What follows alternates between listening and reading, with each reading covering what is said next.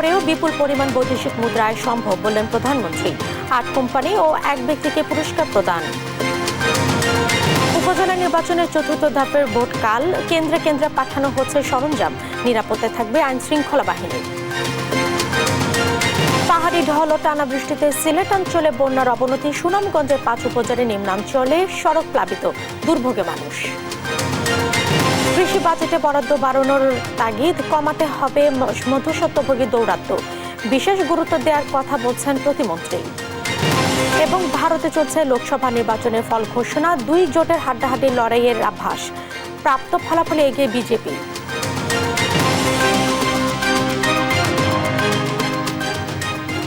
দেখছিলেন সংবাদ শিরোনাম। সংবাদ দুপুরের সঙ্গে আছে আমি জেসিকা বেদিন। চা রফতানি করেও বিপুল পরিমাণ বৈদেশিক মুদ্রা আয় সম্ভব বলে জানিয়েছেন প্রধানমন্ত্রী শেখ হাসিনা। সকালে রাজধানীর ওসমানী স্মৃতি মিলনায়তনে জাতীয় চা দিবসের অনুষ্ঠানে এ কথা বলেন তিনি। চা শিল্পে বঙ্গবন্ধুর অবদান তুলে ধরে সরকার প্রধান বলেন, আওয়ামী লীগের উদ্যোগের ফলেই এখন উত্তরবঙ্গেও চা চাষ বাড়ছে। চা শ্রমিকরা অবহেলার শিকার উল্লেখ করে তাদের প্রতি যত্নবান হতে মালিকদের প্রতি আহ্বান জানান প্রধানমন্ত্রী। বলেন, চা শ্রমিকরা ভাসমান থাকবে না, তাদের জন্য বিশেষ ব্যবস্থা নিচ্ছে সরকার। চা শিল্পে বিশেষ অবদানের জন্য 8 প্রতিষ্ঠান ও 1 ব্যক্তির হাতে পুরস্কার তুলে দেন প্রধানমন্ত্রী।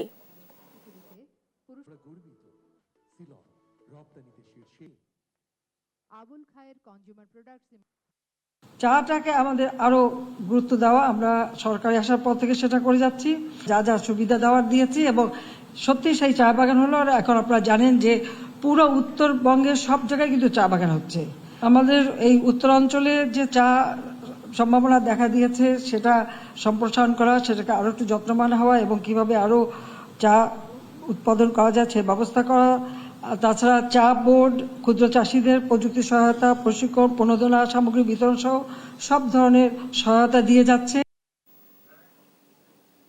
ষষ্ঠ উপজেলা নির্বাচনের চতুর্থ ধাপের ভোট গ্রহণের লক্ষ্যে 60 উপজেলায় চলছে সরঞ্জাম বিতরণ। সকাল থেকে দেশের বিভিন্ন জেলায় সহকারী রিটার্নিং কর্মকর্তার কার্যালয় থেকে সরঞ্জাম বুঝে নেন প্রিজাইডিং কর্মকর্তারা। আইন শৃঙ্খলা বাহিনীর কড়া নিরাপত্তায় এসব সরঞ্জাম যাচ্ছে কেন্দ্রে কেন্দ্রে। কিছু উপজেলায় ইভিএমে ভোট হলেও বেশিরভাগ কেন্দ্রেই ভোট গ্রহণ হবে ব্যালটে। আগামীকাল সকাল 8টা থেকে বিকেল 4টা পর্যন্ত চলবে ভোট গ্রহণ।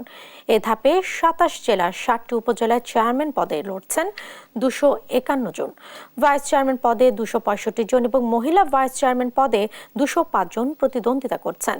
শান্তিপূর্ণ নির্বাচন অনুষ্ঠানে সর্বোচ্চ সতর্কতায় আইন শৃঙ্খলা বাহিনী।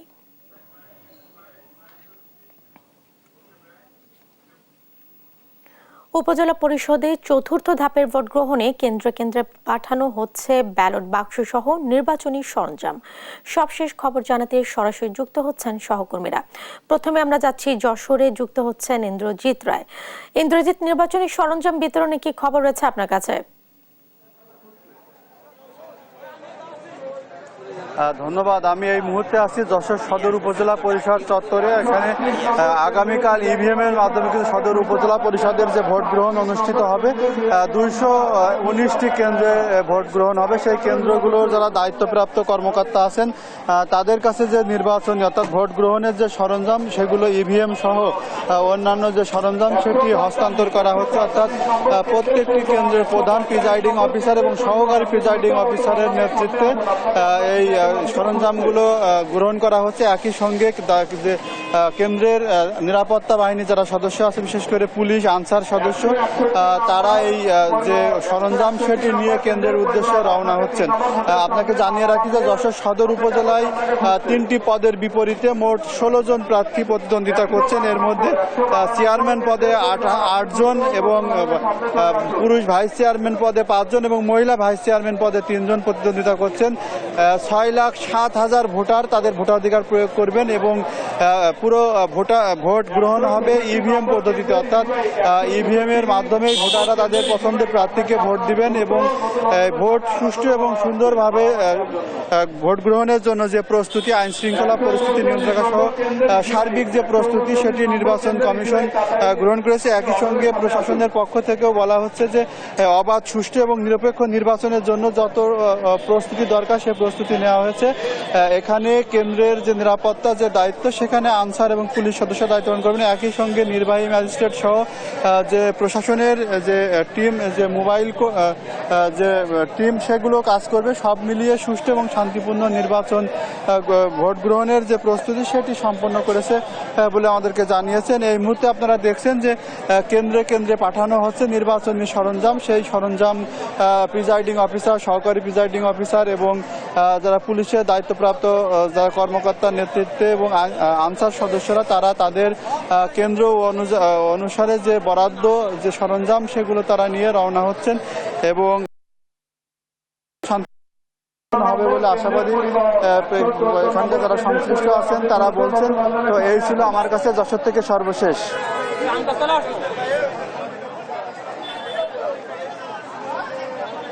আমরা এখন চলে যাচ্ছি বগুড়াতে। ধন্যবাদ।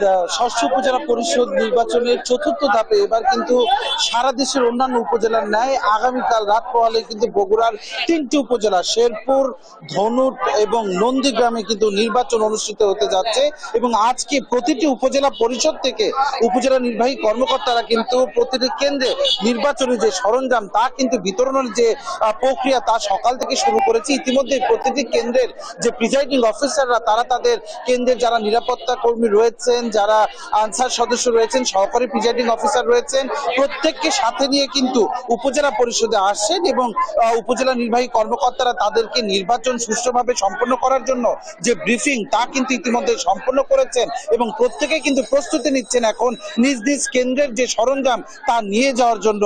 জেসিকা, আপনাকে জানিয়ে রাখি বগুড়ায় কিন্তু এই ধাপে 3টি গুরুত্বপূর্ণ উপজেলা নন্দীগ্রাম, শেরপুর, ধনুট, যেখানে ভোটাধিকার প্রয়োগ করার সুযোগ পাবে প্রায় 7,05,000 ভোটার এবং কেন্দ্র রয়েছে 246টি। এবং আমি যে উপজেলায় এখন দাঁড়িয়ে আছি শেরপুরে, এই শেরপুরে কিন্তু সর্বোচ্চ প্রার্থী, যেখানে চেয়ারম্যান পদে প্রতিদ্বন্দ্বিতা করছেন 5 জন এবং ভাইস চেয়ারম্যান পুরুষ পদে 6 জন এবং মহিলা ভাইস চেয়ারম্যান পদে 4 জন এবং ভোটার রয়েছে 2,92,000। শেরপুর উপজেলা যিনি নির্বাহী কর্মকর্তা সুমন জিহাদি, তার সাথে আজকে সকালে আমার কথা হয়েছে। তিনি যেটি জানিয়েছেন যে নির্বাচনকে সুষ্ঠুভাবে সম্পন্ন করার জন্য তাদের পক্ষ থেকে সকল ধরনের প্রস্তুতি তারা সম্পন্ন করেছে। আজকে এই নির্বাচনী সরঞ্জামগুলো বিতরণের পর আগামীকাল সকালে কিন্তু তারা প্রতিটি কেন্দ্রে ব্যালটগুলো পৌঁছাবে।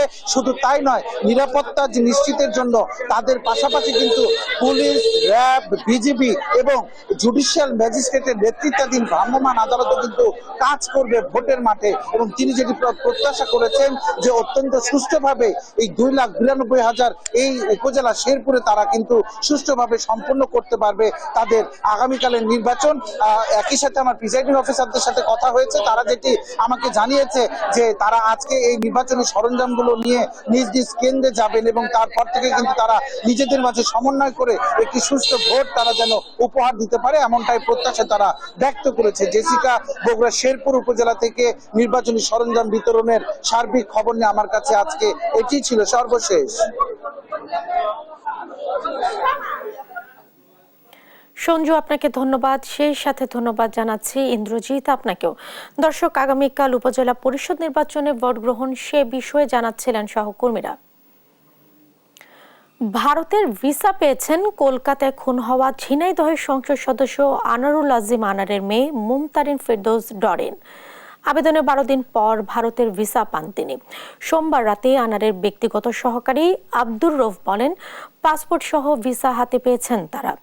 এখন ঢাকার ডিবির সঙ্গে যোগাযোগ চলছে। তারা জানিয়েছেন ডরিনের সঙ্গে ডিবির একজন প্রতিনিধিও ভারতে যাবেন। এখন তাদের সবুজ সংকেতের অপেক্ষায় আছেন তারা।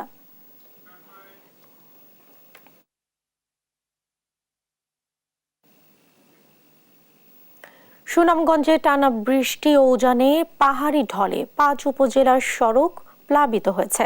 সুনামগঞ্জ পানি উন্নয়ন বোর্ড জানান, সুনামগঞ্জ পৌর শহরের 16 পয়েন্টে সোমবার সকাল 9টায় সুরমা নদীর পানির উচ্চতা ছিল 7.53 মিটার।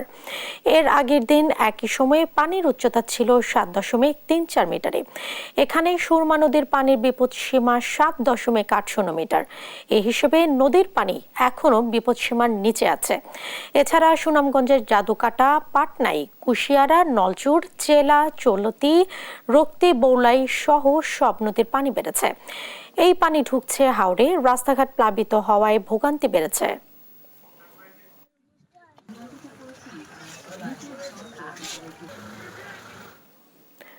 দর্শক, পুলিশের সর্বোচ্চ পদে চাকরিরত অবস্থায় বেসরকারি চাকরিজীবী হিসেবে করিয়েছেন পাসপোর্ট। অবৈধ বিনিয়োগ ও ভবিষ্যতে স্থায়ীভাবে বিদেশে বসবাসের জন্য এমন জালিয়াতির আশ্রয় নিয়েছেন আলোচিত সাবেক পুলিশ প্রধান বেনজির আহমেদ। এমন ঘটনাকে ন্যাক্কারজনক বলছেন বিশেষজ্ঞরা। প্রশ্ন তুলেছেন দুদক ও সরকারি সেবাদানকারী প্রতিষ্ঠানগুলোর কাজের স্বচ্ছতা নিয়েও। বিস্তারিত নূপুর মাহমুদের প্রতিবেদনে। পাসপোর্টটি আলোচিত পুলিশের সাবেক মহাপরিদর্শক বেনজির আহমেদের। পাসপোর্টটি নবায়নের তারিখ অনুযায়ী ওই সময় তিনি র্যাবের মহাপরিচালক হিসেবে দায়িত্বরত, অথচ পাসপোর্টে পরিচয় ব্যবহার করেছেন প্রাইভেট সার্ভিস।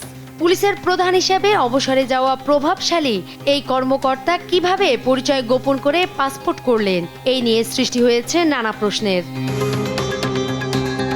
এ বিষয়ে পাসপোর্ট অধিদপ্তরের মহাপরিচালকের সঙ্গে যোগাযোগ করেও কোনো বক্তব্য মেলেনি। সূত্র বলছে, নবায়নের সময় পাসপোর্ট অধিদপ্তর ভুল তথ্যের কথা জানিয়ে র্যাব সদর দপ্তরে চিঠি পাঠালেও প্রভাব খাটিয়ে সেটি করে নেন র্যাবের তৎকালীন মহাপরিচালক। একের পর এক অবৈধ সম্পদের খবর প্রকাশ্যে আসার পর আপনজনেরাও এখন পর বেনজির আহমেদের। যাকে প্রতিবেশী হিসেবে পেয়ে গর্ব করতেন প্রতিবেশীরা, তাকে ঘিরে সৃষ্ট পরিস্থিতিতে এখন বাসায় টানিয়ে রাখতে হচ্ছে এমন সাইনবোর্ড।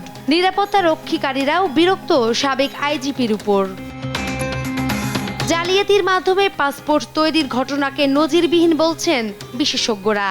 দুর্নীতিবাজ কর্মকর্তাদের জন্য বেনজির আহমেদের পরিণতি বড় বার্তা বলেও মনে করছেন তারা। শুধুমাত্র এখানে যিনি জালিয়াতির মাধ্যমে, প্রতারণার মাধ্যমে পাসপোর্ট ইস্যু করিয়েছেন, তিনি ক্ষমতার ব্যবহার করেছেন ব্যক্তি হিসেবে তিনি, এবং তার দুটি প্রতিষ্ঠানের শীর্ষ কর্মকর্তা হিসেবে র্যাব এবং পুলিশ কর্মকর্তা, তার যে ক্ষমতা, প্রাতিষ্ঠানিক ক্ষমতা, যেটার মধ্যে আবার রাজনৈতিক যোগসাজশ ছিল, সেটা তথ্যকে অস্বীকার করতে পারবে না, সমর্থন ছিল, সেই দুইটার সংমিশ্রণে যে ক্ষমতা, সেটাকে অপব্যবহার করে তিনি বিভিন্ন অপরাধ করেছেন, সেটার চিত্র ব্যাপক আলোচিত। অনেকেই ভাবতে পারে যে ইনি কোনো একটা কারণে পড়েছে, তো সেই কারণটা আমি যদি না ঘটাই তাহলে আমি যতই লুটপাট করি না কেন আমি পড়বো না, এরকম ভাবতে পারে।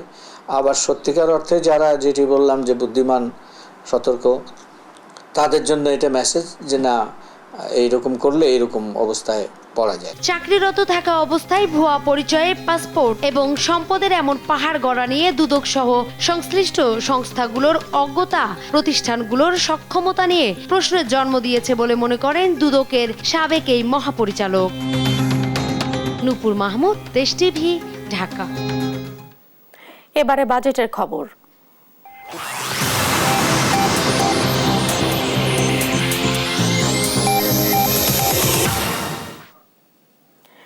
দেশের প্রায় ৮০% মানুষ কৃষির উপর নির্ভরশীল, কিন্তু এ খাতের বাজেটে থাকে না পর্যাপ্ত বরাদ্দ। যতটুকু মিলে তা গ্রামীণ পর্যায়ে পৌঁছাতে মুখোমুখি হতে হয় নানা প্রতিবন্ধকতার। কৃষিপণ্য বাজার থেকে খাদ্য প্রক্রিয়াজাতকরণ পর্যন্ত পৌঁছাতে ফরিয়াদের হাত বদল হয় ২ থেকে ৩ বার। এতে পণ্যের দাম যেমন বাড়িয়ে, তেমনি কৃষিপণ্যের ন্যায্য দাম পান না কৃষক। বিশেষজ্ঞরা বলছেন, কৃষিতে উৎপাদন বাড়াতে বিশেষ গুরুত্ব দিতে হবে, বাড়াতে হবে বরাদ্দ। বিস্তারিত ইফতেখার রেজা রিপোর্টে। অভিঘাত মোকাবিলা করে এগিয়ে যাচ্ছে দেশের কৃষি। বন্যা, ঘূর্ণিঝড়, খরা, লবণাক্ততা সহ নানা প্রাকৃতিক দুর্যোগ জয় করে উৎপাদন ধরে রেখেছেন কৃষকরা। এর মধ্যে আরও এক চ্যালেঞ্জ এসেছে সামনে, তাপপ্রবাহ। এবছর তাপদাহে পুড়েছে সোনালী ফসল। এসব চ্যালেঞ্জ মোকাবেলা করেই কৃষির উপর ভরসা রাখতে চায় সরকার। চলতি বছরে মোট বাজেটে কৃষি খাতে বরাদ্দ ছিল মাত্র ৫.৭৪%, যা দেশের অর্থনীতিতে এ খাতের প্রত্যক্ষ অবদানের তুলনায় অর্ধেকেরও কম। জাতীয়ভাবে কৃষিতে যে বাজেট পাওয়ার কথা তা এখনো পাচ্ছে না বলে মনে করেন ইমেরিটাস অধ্যাপক ডক্টর এম.এ. সাত্তার মণ্ডল। কৃষি আমাকে ওইভাবে চট করে কোনো প্রবৃদ্ধি দেবে না, কৃষি দেবে আমার খাদ্য নিরাপত্তা। ওইখানেই আমাদের বক্তব্য, যে গ্রোথে, প্রবৃদ্ধিতে আমাকে বড় ধরনের অবদান না দিলেও কিন্তু খাদ্য নিরাপত্তা সার্বভৌমত্বর যেখানে প্রশ্ন, সেই বিচারে আমি মনে করি যে এখানে আরও বরাদ্দ আমাদের আসা দরকার। কৃষির সবচেয়ে বড় কথা হলো জীববৈজ্ঞানিক গবেষণা, এটা তো যন্ত্র দেওয়া হয় না। তার জন্য গবেষক তাদের ভেতরে আমাদের বিনিয়োগটা বাড়াইতে হবে, গবেষণার বরাদ্দটা বাড়াতে হবে। এ নিয়ে আমরা বারে বারে বলছি। আর অর্থনীতিবিদ এম আকাশের পরামর্শ, কৃষিতে বাজেটের অর্থ না কমিয়ে বাড়াতে হবে, কমাতে হবে মধ্যস্বত্বভোগীদের দৌরাত্ম্য। কৃষকের একটা ন্যায্য দাম দিতে হবে, না দিলে কিন্তু উৎপাদন বাড়বে না। উৎপাদন না বাড়লে মূল্যস্ফীতি আপনি আটকাতে পারবেন না। তাহলে দুটো সুপারিশ এবারের বাজেট সম্পর্কে আমার কৃষিখাতে, একটা হলো ভর্তুকি অব্যাহত রাখা আপেক্ষিকভাবে, পারলে চরম মাত্রায় বাড়ানো, আর দ্বিতীয় হলো মার্কেটিং অফ কৃষি এবং স্টোরেজ অফ কৃষিতে যেসব মধ্যস্বত্বভোগীরা আছে তাদের দৌরাত্ম্য কমানো। অবশ্য প্রস্তাবিত বাজেটে কৃষিতে বিশেষ গুরুত্ব দেওয়া হয়েছে বলে জানান অর্থ প্রতিমন্ত্রী ওয়াসিকা আয়েশা খান।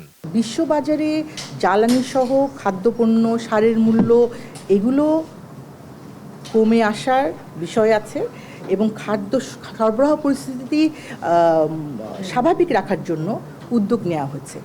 আপনারা তো জানেন আমাদের বাংলাদেশি কৃষি ভিত্তিক অর্থনীতি এবং কৃষিটা কিন্তু খুব গুরুত্বপূর্ণ। প্রস্তাবিত বাজেটেও কিন্তু কৃষির উপরে সর্বোচ্চ গুরুত্ব দেওয়া হচ্ছে। কৃষির পাশাপাশি শিক্ষা ও স্বাস্থ্য খাতেও গুরুত্ব দেওয়ার কথা জানান অর্থ প্রতিমন্ত্রী। ইফতেখার রেজা, দেশ টিভি, ঢাকা। সংবাদ দুপুরে আরো থাকছে। প্রত্যয় পেনশন স্কিম নিয়ে মুখোমুখি বিশ্ববিদ্যালয় শিক্ষক, কর্মকর্তা এবং জাতীয় পেনশন কর্তৃপক্ষ, পেশায় আগ্রহ হারানোর শঙ্কা। এবার আন্তর্জাতিক। 1.5 মাসেরও বেশি সময় ধরে চলা নির্বাচনী কর্মকাণ্ড শেষে এবার চলছে ভোট গণনা। স্থানীয় সময় সকাল 8টায় শুরু হয় এই গণনা। দেশটির গণমাধ্যমের সবশেষ প্রতিবেদন বলছে 290 আসনে এগিয়ে আছে বিজেপির নেতৃত্বাধীন এনডিএ জোট, বিপরীতে 230 আসনে এগিয়ে কংগ্রেস নেতৃত্বাধীন ইন্ডিয়া জোট। এক ঝাঁক তারকা প্রার্থী সহ 8,360 জন প্রার্থীর ভাগ্য নির্ধারণ হচ্ছে আজই। টানা তৃতীয়বার কি সরকার গড়বে নরেন্দ্র মোদীর বিজেপি, নাকি কংগ্রেসের নেতৃত্বে বিরোধী ইন্ডিয়া জোট ফিরবে ক্ষমতায়? সে হিসেব মিলবে আজ। বিস্তারিত রায়হান কবির শুভ্র রিপোর্টে। বিশ্বের ইতিহাসে সবচেয়ে বড় নির্বাচনের ফল ঘোষিত হচ্ছে। এর ভোটার সংখ্যার কারণেই দেওয়া হয়েছে সবচেয়ে বড় নির্বাচনের তকমা। ভারতের 18তম লোকসভা নির্বাচনে এবার ভোটার সংখ্যা ছিল প্রায় 97 কোটি, যা বিশ্বের মোট জনসংখ্যার 12%। এর আগে বিশ্বের কোনো নির্বাচনে ছিলেন না এত ভোটার। এবার ভোট দিয়েছেন 64 কোটি 20 লাখ মানুষ। ভারতীয় সংসদের নিম্নকক্ষ লোকসভার 543 আসনের জন্য হয় ভোট গ্রহণ। যে দল বা জোট 272 বা তার বেশি আসন পাবে তারা দেশের পরবর্তী সরকার গঠন করবে। এই নির্বাচনের প্রতিদ্বন্দ্বিতা হচ্ছে মূলত দুটি জোটের মধ্যে, প্রধানমন্ত্রী নরেন্দ্র মোদীর জনতা পার্টি বা বিজেপির নেতৃত্বাধীন এনডিএ এবং বিরোধী কংগ্রেসের মিত্রদের নিয়ে গঠিত ইন্ডিয়া জোট। নির্বাচনে সবার নজর ছিল হেভিওয়েট প্রার্থীদের দিকে। এ তালিকায় প্রথমে আসে নরেন্দ্র মোদীর নাম। তৃতীয়বার প্রধানমন্ত্রী হওয়ার দৌড়ে তিনি। জনমত সমীক্ষা বলছে তিনি আসতে চলেছেন আবারও। যদি 73 বছর বয়সী মোদী এবারও জিততে পারেন, তাহলে ভারতের প্রথম প্রধানমন্ত্রী জওহরলাল নেহরুর রেকর্ড ছুঁয়ে ফেলবেন বিজেপির এ নেতা। বিজেপির আরও এক হেভিওয়েট প্রার্থী যোগী আদিত্যনাথ। সন্ন্যাসী থেকে উত্তরপ্রদেশের মুখ্যমন্ত্রী হওয়া যোগী আদিত্যনাথকে মনে করা হয় প্রধানমন্ত্রী নরেন্দ্র মোদীর পরেই বিজেপির সবচেয়ে জনপ্রিয় রাজনীতিবিদ। এবারের নির্বাচনে আরও নজর ছিল বিজেপির সাবেক সভাপতি ও প্রতিরক্ষামন্ত্রী রাজনাথ সিং এর দিকে। নরেন্দ্র মোদী থেকে রাহুল গান্ধী, অধীর চৌধুরী থেকে অভিষেক বন্দ্যোপাধ্যায় সহ একাধিক হেভিওয়েট প্রার্থীর নির্ধারিত হতে চলছে ভাগ্য। কি হবে আজকের ভোটের ফল? টানা তৃতীয়বার কি সরকার গড়বে বিজেপি? প্রধানমন্ত্রী হিসেবে নরেন্দ্র মোদী করবেন হ্যাট্রিক, নাকি কংগ্রেসের নেতৃত্বে বিরোধীরা ফিরবেন ক্ষমতায়? তা জানতে সময়ের অপেক্ষা মাত্র। রায়হান কবির শুভ্র, নিউজ ডেস্ক, দেশ টিভি। দেখছেন সংবাদ দুপুর। স্বায়ত্তশাসিত প্রতিষ্ঠানগুলোর জন্য সরকারের ঘোষিত প্রত্যয় স্কিমে যোগ দিতে চান না বিশ্ববিদ্যালয়ের শিক্ষক কর্মকর্তা কর্মচারীরা। তাদের দাবি, নতুন পেনশন ব্যবস্থায় বৈষম্যের শিকার হবেন তারা। এতে শিক্ষকতা পেশার প্রতি আগ্রহ হারাবেন মেধাবীরা। আর জাতীয় পেনশন কর্তৃপক্ষ বলছে, না বুঝেই বিরোধিতা করছেন শিক্ষক কর্মকর্তারা। মাজহারুল ইসলামের বিশেষ রিপোর্ট। 2023 সালে সরকারি চাকরিজীবী ছাড়া দেশের নাগরিকদের জন্য প্রগতি, সুরক্ষা এবং প্রবাস নামে সর্বজনীন পেনশন ব্যবস্থা চালু করে সরকার, যা সেই সময় ব্যাপক আলোড়ন তোলে। চলতি বছরের মার্চে প্রত্যয় নামে আরও একটি স্কিম ঘোষণা করে জাতীয় পেনশন কর্তৃপক্ষ, যার আওতায় আছে স্বশাসিত, স্বায়ত্তশাসিত, সংবিধিবদ্ধ প্রতিষ্ঠান। তবে এর তীব্র বিরোধিতা করছেন সংশ্লিষ্টরা। এর বিরুদ্ধে মানববন্ধন ও বিক্ষোভ মিছিল করছে পাবলিক বিশ্ববিদ্যালয়ের শিক্ষক কর্মকর্তা কর্মচারীরা। তাদের অভিযোগ, এমন সিদ্ধান্তে উচ্চশিক্ষার উপর নেতিবাচক প্রভাব পড়বে। কর্মকর্তা কর্মচারীরা বলছেন, সরকারের একটি বিশেষ গ্রুপ বিশ্ববিদ্যালয়ের বিরুদ্ধে ষড়যন্ত্র করছে, যা মেনে নেবেন না তারা। এর বিরুদ্ধে আমরা অবস্থান নিয়েছি এবং ঢাকা বিশ্ববিদ্যালয় সম্মানিত শিক্ষক কর্মকর্তা কর্মচারী কেউ এই পেনশন ব্যবস্থা মেনে নেবে না। বিদ্যমান সুবিধায় পারিবারিক পেনশন সুবিধা পেয়ে আসছি, সেই পেনশন সুবিধাকে কর্তন করে কেন আবার প্রত্যয় স্কিমের মধ্যে অন্তর্ভুক্ত করা হবে, এটা আমরা মানি না। শিক্ষকরা অভিযোগ করেন, এমন সিদ্ধান্ত শিক্ষা ব্যবস্থার উপর নেতিবাচক প্রভাব ফেলবে। বৈষম্যর শিকার হবেন শিক্ষক কর্মচারীরা। হঠাৎ করে খুবই অপ্রয়োজনীয়ভাবে এখানে কি প্রয়োজন ছিল? শিক্ষকদের কি কোনো দাবি ছিল যে আমাদেরকে আরও বেশি কিছু দেন? কোনো কিছু ছিল না। হঠাৎ একটা শান্ত পরিবেশে এ ধরনের একটা পদক্ষেপ নেওয়ার ফলে পুরো ব্যবস্থাটাই একটা বিতর্কিত অবস্থার দিকে চলে যাচ্ছে। কারণ এটা তো এখন নেগেটিভলি আলোচনা হচ্ছে। সেজন্য এটা আলোচনা যত না হয়, এটাকে কারেকশন করে শিক্ষকদেরকে যাতে রাস্তায় নামতে না হয় চূড়ান্ত পর্যায়ে, সেটাই আমরা আহ্বান করব সংশ্লিষ্ট কর্তৃপক্ষের প্রতি। এই পেনশন স্কিমের ফলে শিক্ষকরা এক ধরনের অস্বস্তিতে আছেন, তাদের এক ধরনের ভাবনা ছিল চাওয়া পাওয়া বিষয়ে, সেই জায়গায় হয়তো কিছুটা পার্থক্য হচ্ছে।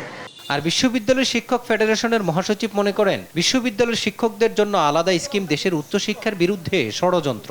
বিশ্ববিদ্যালয়ের শিক্ষকদেরকে সে প্রত্যয়ের আওতায় এনেই ওনারা একটা নতুন স্কিম চালু করে দিয়েছে, সেটা আমাদের বিশ্ববিদ্যালয়ের শিক্ষকরা কোনোভাবে গ্রহণ করে নাই। সবগুলো বিশ্ববিদ্যালয়ের সাথে বসেই আমরা পরবর্তী পর্যায়ে কঠিন কর্মসূচি দেবো। আমাদের অস্তিত্বের ব্যাপার, যেখানে আমাদের সম্মানের ব্যাপার, আত্মমর্যাদার ব্যাপার, সেটার জন্য যা করা দরকার আমরা তাই করব। দাবি না মানলে ঈদের পর লাগাতার আন্দোলন এবং ক্লাস পরীক্ষা বর্জনের মতো কর্মসূচির হুঁশিয়ারিও দেন শিক্ষক কর্মকর্তা কর্মচারীরা।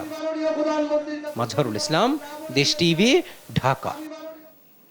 সংবাদ দুপুরে আরো থাকছে।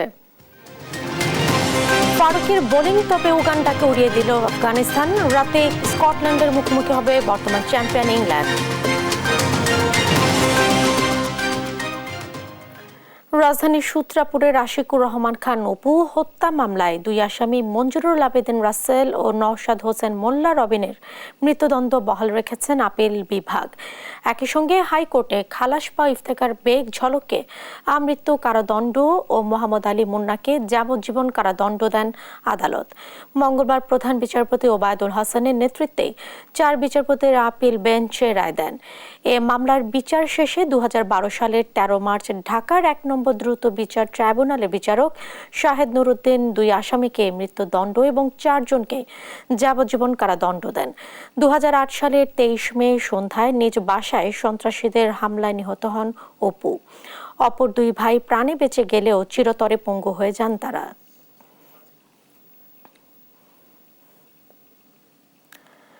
মডেল অভিনেত্রী রিশতা লাবণী সীমানা মারা গেছেন। ভোর 6টার দিকে শেষ নিঃশ্বাস ত্যাগ করেন তিনি। গেল মে মাসে মস্তিষ্কে রক্তক্ষরণ হলে ন্যাশনাল ইনস্টিটিউট অফ নিউরোসায়েন্স হাসপাতালে 8 দিন চিকিৎসাধীন ছিলেন সীমানা।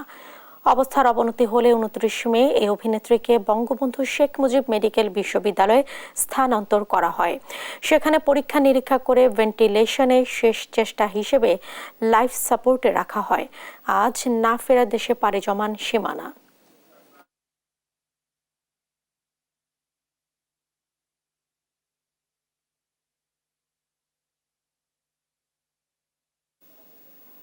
দেখছেন সংবাদ দুপুর। ঘূর্ণিঝড় রিমালের প্রভাবে সৃষ্ট জলোচ্ছ্বাসে বাগেরহাটে নষ্ট হয়েছে অসংখ্য স্বাদু পানির উৎস। লবণাক্ততার কারণে দৈনন্দিন কাজে ব্যবহারের জন্য চরম সুপেয় পানির সংকট পড়েছে উপকূলবাসী। বাধ্য হয়ে অনেকে উপকূলে নোঙর করা জাহাজ থেকে পানি সংগ্রহ করে পান করছেন। সহকর্মী এস সোহানের তথ্যচিত্রে ডেস্ক রিপোর্ট। ঘূর্ণিঝড় রিমাল আঘাত হানার আগ থেকেই জোয়ারের পানিতে প্লাবিত হয় নদীবেষ্টিত মোরেলগঞ্জ উপজেলার বহরবুনিয়া ইউনিয়ন। ঝড়ের রাতে পুরো ইউনিয়ন ডুবে যায় কেওড়া, মানিক ও পানগুছি নদী থেকে আসা জলোচ্ছ্বাসের পানিতে। সবচেয়ে বেশি পানির উৎস ক্ষতিগ্রস্ত হয়েছে ঘষিয়াখালী গ্রামে। সুপেয় পানির একমাত্র উৎস জেলা পরিষদের পুকুরে ঢুকে পড়ে লবণ পানি। ঝড়ের ৮ দিনেও পুকুরের পাড় মেরামতের তেমন কোনো উদ্যোগ নেয়নি জনস্বাস্থ্য প্রকৌশল অধিদপ্তর। এতে চরম বিপাকে স্থানীয়রা। বন্যায় এই পুকুর ডুবে যাওয়ায় আমাদের এই পানিটা লবণ হয়ে গেছে, আমরা এখন খুব কষ্টে আছি। আমরা এই বাজার পুষ্করিণীতে পানিটা ব্যবহার করতাম, খাইতাম। তো এই বন্যার কারণে 2-3 জায়গায় ভেঙে গেছে, আমাদের এখন খাবার পানির অনেক সংকট। কয়দিন আগে যে ঘূর্ণিঝড় হয়েছে তার জন্য ওই লবণ পানিতে আমাকে জায়গাটা পুকুর স্থল ওইটা ভেঙে গেছে। পরে আমাকে পানি জাহাজ থেকে এনে তারপর মনে করেন ব্যবহার করার আগে রান্নার জন্য বা খাওয়ার জন্য। ঘষিয়াখালী গ্রামের পাশে আন্তর্জাতিক নৌ রুট ঘষিয়াখালী চ্যানেল। জীবন বাঁচাতে এই রুটে চলাচলকারী জাহাজগুলোর মাস্টার নাবিকদের অনুরোধ করে পানি সংগ্রহ করছে গ্রামবাসী, যা অপরিশোধিত হওয়ায় চরম স্বাস্থ্য ঝুঁকিতে স্থানীয়রা। আমরা যখন জাহাজ নিয়ে ঢাকা থেকে এদিকে আসি তখন আমরা মেঘনার থেকে বেশি পর্যাপ্ত পরিমাণ দেখা যাচ্ছে মিষ্টি পানি নিয়ে আসি। মিষ্টি পানি নিয়ে এসে এখানে যখন আমরা সিলিং মিস করি অনেক সময় দেখা গেছে আমরা এখানে লোকজন আসলে আমরা এদেরকে পানি দিয়ে যাই।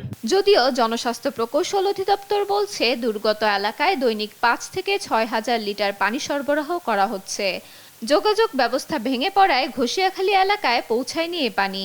এই উপদ্রুত অঞ্চলে যে সমস্ত পানির উৎস বিদ্যমান আছে সেগুলো যা ক্ষতিগ্রস্ত হয়েছে সেগুলোকে মেরামত বা সংস্কারের আওতায় এনে এবং আলাদা কোনো প্রযুক্তির মাধ্যমে সেখানে সুপেয় পানির সংস্থান করা যায় কিনা সে বিষয়ে আমাদের পর্যালোচনা অব্যাহত রয়েছে। ঘূর্ণিঝড় রিমালে জেলায় ক্ষতিগ্রস্ত হয়েছে নলকূপ, rain water harvesting tank, PSF ও পুকুর সহ বিভিন্ন ধরনের 20,226টি সুপেয় পানির উৎস। News desk, Desh TV. এদিকে ঘূর্ণিঝড় রিমালে ব্যাপকভাবে ক্ষতিগ্রস্ত হয়েছে বরিশালের কৃষিক্ষেত। চলতি মৌসুমে সবজি ক্ষেত নষ্ট হওয়ায় শত শত কোটি টাকার ক্ষতির শিকার হচ্ছেন চাষিরা। তবে সরকারি কর্মকর্তারা বলছেন ক্ষতিগ্রস্ত চাষিদের সহায়তায় নানামুখী পদক্ষেপ নেওয়া হচ্ছে। বরিশাল থেকে সহকর্মী শফিক মুন্সির পাঠানো তথ্য ছবিতে টুম্পা আফরোজের ডেস্ক রিপোর্ট। ঘূর্ণিঝড় রিমালের তাণ্ডবে বড় বিপর্যয় নামে উপকূলীয় অঞ্চলের কৃষিখাতে। বিশেষ করে তীব্র বাতাসের বেগে ক্ষতিগ্রস্ত হয় বরিশালের বিভিন্ন এলাকার শাকসবজির ক্ষেত। এছাড়া ঝড় পরবর্তী জলোচ্ছ্বাস ও জোয়ারের পানিতে তলিয়ে যায় বীজতলা। জমে থাকা পানিতে ভেসে গেছে কৃষকের স্বপ্ন, নষ্ট হয়েছে কোটি টাকার শস্য। এর মধ্যে রয়েছে পেঁপে, কুমড়া, লাউ, শসা, বেগুন, ডাল সহ নানা পদের বীজ। আমার এখানে প্রচুর পেঁপে চারা উৎপন্ন ছিল, যেগুলো আমি আপনার ডেলিভারি দেবার সময়ের 2-3 দিন পরে দিতাম। এই সময়টা এই ঝড়টা আসলো, এসে আমার প্রায় 40,000 চারা নষ্ট হয়ে গেছে। আমার বিভিন্ন সবজি, মুগ ডাল এবং বিভিন্ন ধরনের ফসল আদি যে গেছে তাতে প্রায় 50-60 হাজার টাকার আমার লস হয়েছে। সাথে পুকুরের মাছ, 2টা পুকুরের মাছও নষ্ট হয়েছে। জেলার 10 উপজেলার ক্ষতিগ্রস্ত চাষি এবং বিভিন্ন সংস্থার প্রতিনিধিদের সমন্বয়ে ঝড় পরবর্তী শুনানির আয়োজন করে বাংলাদেশ কৃষি গবেষণা ইনস্টিটিউট। গণশুনানির মাধ্যমে এই আমাদের জাত এবং প্রযুক্তি সম্পর্কে ওনারা যে কোনো অভিযোগ করতে পারে এবং সরাসরি আমাদের সেইগুলো আমরা সমাধান দিয়ে থাকি। এর মাধ্যমে কৃষকরা সরাসরি উপকৃত হয়। যেসব মাঠের বীজ নষ্ট হয়েছে সেখানে দ্রুত মৌসুমী সবজির বীজ সরবরাহ ও ফলনের সরকারি সহায়তার কথা জানান BARI এর কর্মকর্তা। এই দুর্যোগ মোকাবিলার জন্য সরকারের নির্দেশনা মোতাবেক যখনই সুবিধা কোনো কৃষক আসবে তাকে সার্বিকভাবে যাতে আমরা সেবা দিতে পারি, বীজ সহায়তা হোক বা পরামর্শ সহায়তা, সে ব্যাপারে আমার নির্দেশনা রয়েছে। ঘূর্ণিঝড়ের প্রভাবে জেলার কৃষিক্ষেত্রে প্রায় 508 কোটি টাকার ক্ষতি হয়েছে, যার 2/3 বিভিন্ন ধরনের শাকসবজি ও বীজতলার। News desk, Desh TV. ভারতের মধ্যপ্রদেশে ট্রাক্টর উল্টে প্রাণ গেছে 13 যাত্রীর, গুরুতর আহত আরও 15 জন। রোববার রাত আনুমানিক 8টার দিকে রাজগড় জেলায় এই দুর্ঘটনাটি ঘটে। নিহতদের মধ্যে রয়েছে 4 শিশু। আহতদের উদ্ধার করে নেওয়া হয়েছে হাসপাতালে। মাথায় আঘাত পাওয়ায় 2 জনকে ভোপালে উন্নত চিকিৎসার জন্য পাঠানো হয়েছে।